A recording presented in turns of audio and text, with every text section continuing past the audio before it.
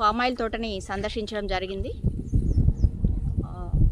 ఎటు చూసినా equal డిస్టెన్స్తో palm oil ఉన్నాయి. 9x9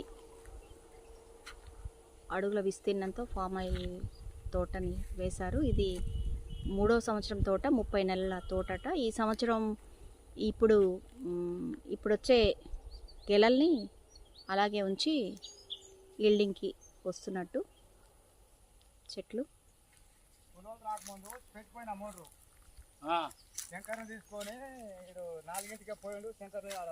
మధ్య మధ్యలో అంతర పంటలుగా బొబ్బర వేశారు. బొబ్బర క్రాప్ అయిపోయింది.